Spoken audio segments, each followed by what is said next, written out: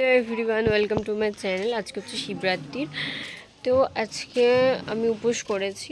Basically আমি প্রত্যেক বছরই করি, মাসিও করে আমার সাথে, মানে মাসি করে বলে আমি করি, নাহলে আমি করতাম না একা একা, যেহেতু আমার একটা পার্টনার হয়ে গেছে সেই কারণে।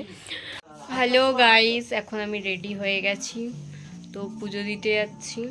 চলো, এখন বেরিয়েছি মন্দিরে পুজো দেওয়ার জন্য রেডি হয়ে সন্ধেবেলায়।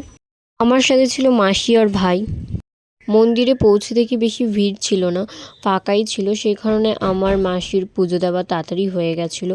এই কারণে ভিড় ছিল না, কারণ বেশি বড় করে হয়নি। এবারে একজন মারা গিয়েছিল, যাদের মন্দির তাদের কেউই উপস্থিত ছিল না। আর প্রত্যেকবারেই অনেক বড় করে হয়, খিচুড়ি হয়, এবারে কিছুই হবে না। মাসি বললো একটা ফল তুলতে, আমি বেল তুলেছি, আমার ভাইও বেল তুলেছে। তো মাসি বললো দুজনেই একে একে তুললি, অন্য কিছু তুলতে পারতিস।